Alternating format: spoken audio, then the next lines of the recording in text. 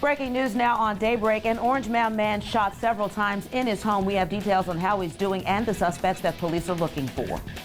More breaking news on the Lance Armstrong case, the punishment he could be facing now that he's not fighting allegations that he used performance-enhancing drugs. Capital controversy, the email exchange that's costing a Tennessee state senator a key leadership role. And the school merger, what's happening today that's bringing the district one step closer to having a new superintendent. First up for you this Friday morning, we're following some breaking news out of Orange Mound. That is where a man was shot several times in his home overnight. Thanks for joining us for News Channel 3 Daybreak. I'm Markova Reed. And I'm Chris Anderson. This happened about 1:30 in the 2600 block of Select Avenue. That's right near Park in Pendleton. And that's where we find Candace McCowan. She is live with the latest. Candace, do we know how that victim's doing?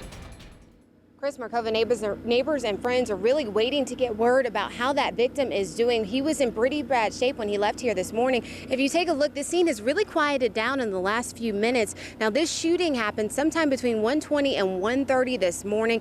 We understand that the victim, a 32-year-old man, he was pulling up at his house with his fiance and their two children. They were going into their house when two men came out of nowhere with guns. We understand that they were trying to get money from them.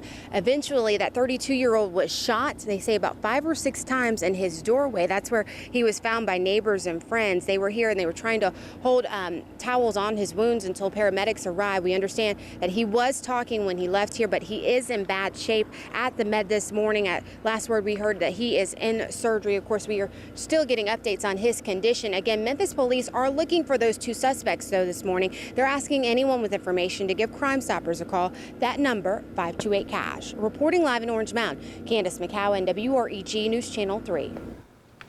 All right, Candace, thanks. And of course, we'll have the rest of today's top stories and a whole lot more coming your way in just a few minutes. But first up, we need to get a look at the forecast, and Todd Demers is here with a look at our Friday weather. Good morning, Todd. Markova, Chris, good morning. It's a beautiful start to our day here in the Mid-South. We have fair skies, light winds, mild temperatures. We should have a gorgeous sunrise shot coming up for you in about a half hour. It'll take place just about 6:30. When it comes to the temperatures, our WeatherNet 3 sites have been indicating some mid-60s across the outlying communities. The winds are remaining calm. As those winds pick back up today, they will be mainly from the south. 64 in Tunica and 64 right now for Bethel Springs. Our First Defense Doppler 3D radar is continuing its search for precipitation. We have not had very much success in finding any rainfall over the past couple of days, but I really think that's going to be changing as we head through the weekend, especially late Sunday with some increased rain chances. Until then, good deal of sunshine, continued warm, those low 90s for highs. We'll talk more about our rain chances ahead for Sunday and how a tropical storm may bring us some rain by the end of next week. We'll talk about it in just a few minutes. Right now, let's check in with Corey, see how things are looking this morning. Hi, Corey. Good morning, Todd, and happy Friday, everyone. This Time Saver traffic report is brought to you by Landers Automotive Group.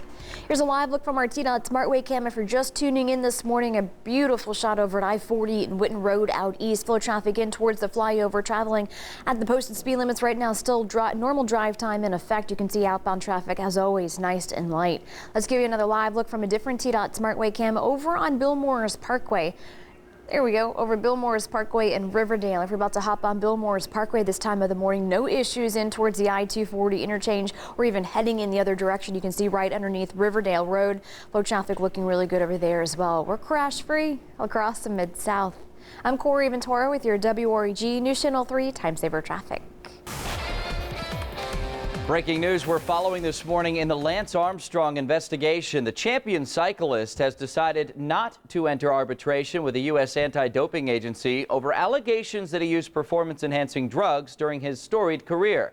As Drew Levinson reports this morning, Armstrong's decision to stop fighting means he will likely lose his Tour de France titles. Lance Armstrong's run of 7 consecutive Tour de France wins was historic, but it will no longer be in the record books. The U.S. anti-doping agency says it will strip Armstrong of his titles and ban him from cycling for life. The decision comes after Armstrong announced he is giving up the fight to clear his name. There comes a point in every man's life when he has to say enough is enough. For me, that time is now. The doping agency accused Armstrong of using banned substances, including EPO, testosterone, corticosteroids, and masking agents. We've proven time in and time out that we're clean. The head of the USADA told Reuters, this is a heartbreaking example of how the win at all costs culture of sport, if left unchecked, will overtake fair, safe, and honest competition. The latest challenge to Armstrong's legitimacy started in June, when the agency announced it had lined up 10 former Armstrong teammates who were willing to testify that the Texan cheated. Tyler Hamilton told 60 Minutes he saw Armstrong use performance-enhancing drugs. I saw it in his refrigerator, you know. I saw him inject it more than one time. Armstrong denies the claim, saying, I know who won those 7 tours. My teammates know who won those 7 tours. And everyone I competed against knows who won those 7 tours. Nobody can ever change that. Drew Levinson, CBS News, Washington. Happening now, Capitol controversy. A Tennessee state senator has been removed as chairman of the Senate's Higher Education Committee. This after he sent a nasty email to a Memphis state representative. Melissa Moon is live this morning in downtown Memphis with more on what that email said and why it's stirring up so much controversy. Melissa? Well, Markova, that email came from Jim Somerville. He is a Republican senator from Dixon. It was sent to Barbara Cooper. She is a state rep, a Democratic state rep from Memphis. Now, it was a response to an opinion issued by the Black Caucus about an investigation into grade changing at Tennessee State University in what some call a crude way. Somerville told Cooper he didn't care about the Black Caucus's opinion and urged her to share the message. He was disrespectful to Representative Cooper. He was insulting to all of the people of color that we advocate for. He's not one of those PC guys. I guess I'm not either, really, so he just says what he thinks. Republicans removed Somerville from his leadership post, saying the email violated the standard of courtesy between lawmakers. Democrats now want Somerville to make a public apology. Of course, we'll be watching and let you know what happens. Reporting live, Melissa Moon, WREG, News Channel 3 Daybreak. New on Daybreak, the school merger is taking a major step forward today with the search for a new superintendent kicking into high gear. The search ad hoc committee will meet for the first time this afternoon at the Board of Education building on Avery. The group only has a few weeks to come up with a plan to select a new superintendent and present it to the Consolidated School Board. Jonesboro police have released new pictures and interviews from the night Tavis Carter died in the back of a patrol car. Police say this new evidence backs up their claim that the 21-year-old from South Haven shot himself while he was handcuffed. The pictures include blood spatters on Carter's right hand and the gun. They also released an audio interview of Brandon Baker, who told them he tried to buy a gun from Carter. South Haven Mayor Greg Davis will be allowed to keep getting his paychecks at least for the next 3 weeks. Davis convinced a Hinds County judge yesterday to block State Auditor Stacey Pickering from garnishing his paycheck. The state is trying to force Davis to pay back $73,000 that he owes for personal expenses billed to the city. And at another hearing on the matter, it will be held in 3 weeks. New on Daybreak, a benefit will be held this weekend for the family of a Hardeman County deputy who was injured in an accident earlier this month. Deputy Dale Wyman is at the med, paralyzed from that accident, which happened 2 weeks ago on Highway 18 north of Bolivar. The benefit for the Wyman family will be held tomorrow from 8 to 2 at the Middleton City Park on Highway 125 South. Time is 9 minutes after the hour. Chris Markova, don't go over to the catering table just quite yet. I know you want to take a break and go get some orange juice and a donut. I want you to look right now at the views that we have coming to us from first our Hilton Memphis cam with all of the fair skies that we've had across the area, a few clouds, the sun getting ready to come up and over the horizon. Just a beautiful view. It's not officially our sunrise shot of the morning, but if you thought that looks great, take a look at the other view that I have for you. This one coming to us from the Champion Windows Tower cam. Is that not great, huh? Does that not set your day off right? Is that gorgeous? It is a moment. It is one of those moments where you just cried a little. I know. Okay, Special. I'm going to whisper. I'm just going to talk more softly now because it is so beautiful here in the area.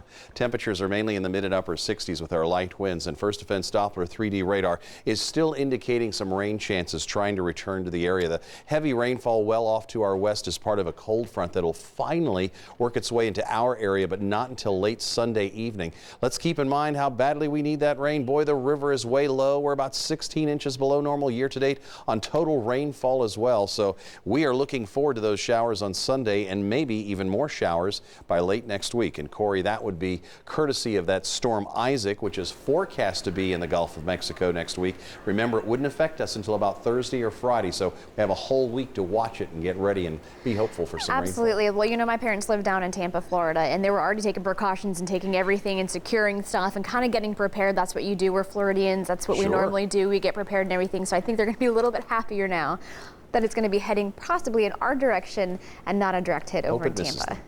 Yeah. Thank you so much, Todd. Good Friday morning, everyone. This Time Saver traffic report is brought to you by Landers Automotive Group.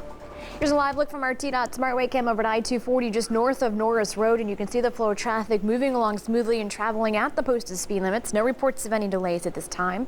Let's give you another live look from a different TDOT SmartWay cam and show you I-40 right over at Chelsea Avenue. If you're coming over on the north leg and rounding the bed in towards downtown, traffic traveling at the posted speed limits over there as well. No reports of any slowdowns or delays, and right now we're still crash-free all across the Mid-South. I'm Corey Ventura with your WREG News Channel 3 Time Saver Traffic.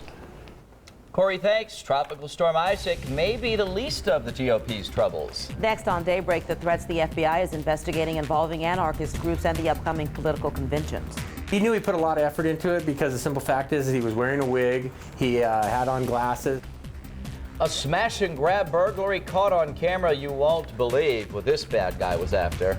And later, looking for a medical breakthrough, the new treatment option for autism that researchers are hoping to find. Stay with us. All right, so Todd, I know you've been tracking this storm. When can they expect to see the worst of this stateside? Well, the storm itself has been poorly organized, which means it's probably going to take another couple of days before it gets up to anything like hurricane status, maybe once it gets in the Gulf of Mexico.